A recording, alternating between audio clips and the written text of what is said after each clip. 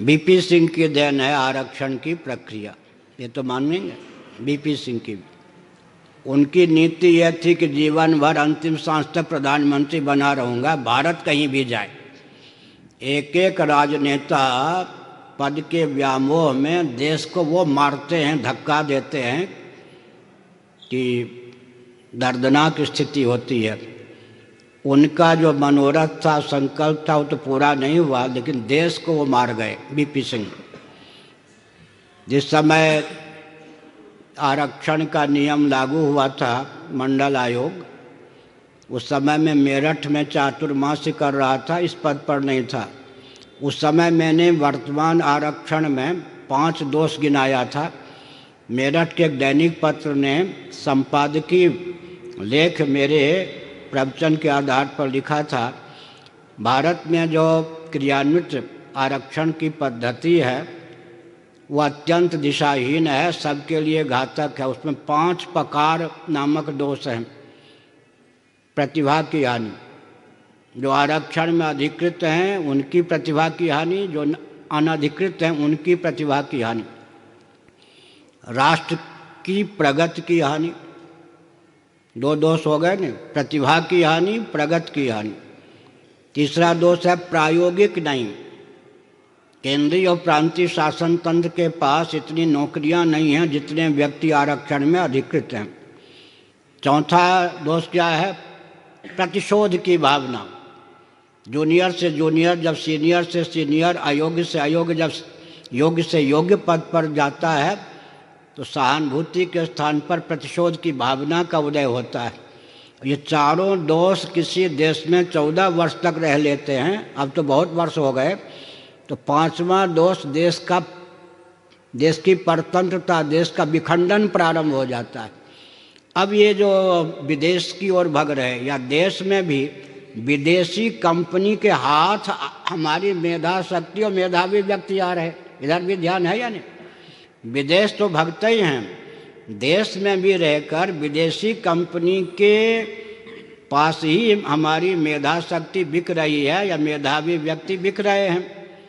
इसका मतलब मैं उदाहरण देता हूँ, पूर्व राष्ट्रपति अमेरिका के ओबामा, कल्पना कीजिए 11 उनके चिकित्सक थे, डॉक्टर, उसमें 9 तो भारतीय परंपरा के थे।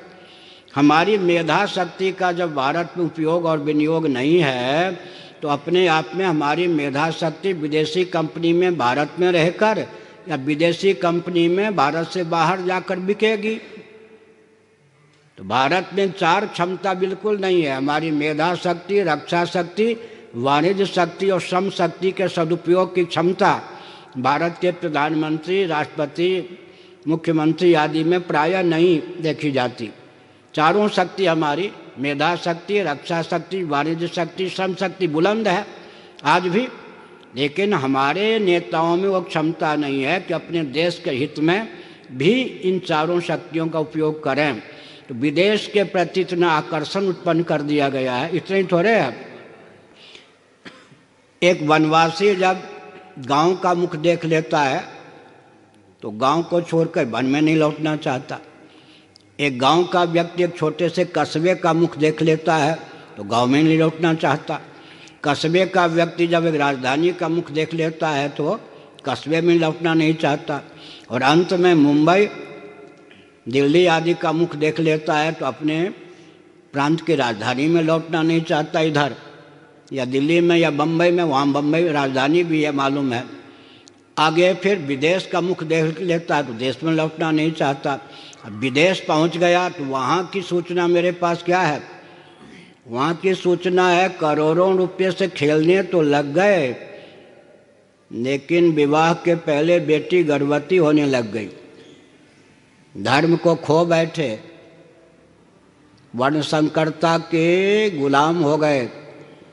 बेटी कहीं गई, बेटा कहीं गया, धर्म को हमने खो दिया। धन कमाया तो क्या कमाया? खाक कमाया। विदेश की सूचना मेरे पास से है। और मान लीजिए ट्रंप जैसा दिमाग वाला 2-4 और राष्ट्रपति अन्य जगह या वहीं होने लगे, खदेड़ के वो भारतीय मूल के व्यक्ति भगाए जाएंगे।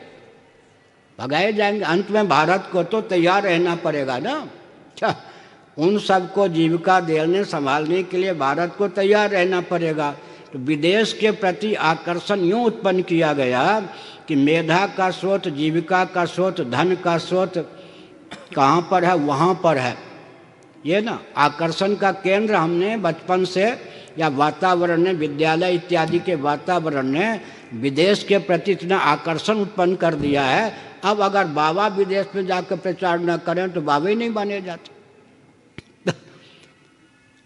हमारे रामदेव बाबा बड़े लाडले प्यारे हमारे हैं। विदेश में सिक्का पहले जमाया, भारत में सिक्का जमा रहे। भारत में सिक्का जमाने के लिए बहुत अच्छा उपाय है, विदेश में डंका उन्होंने पहले बजवा लिया। भारतवासी कहते हैं विदेशियों को योग सिखा चुके तो हमको क्यों नहीं सिखाएंगे, समझ गए। उन्होंने भारत को बाद में छुआ, बहुत छुआ है। अब पहले विदेश को क्यों छुआ कि भारत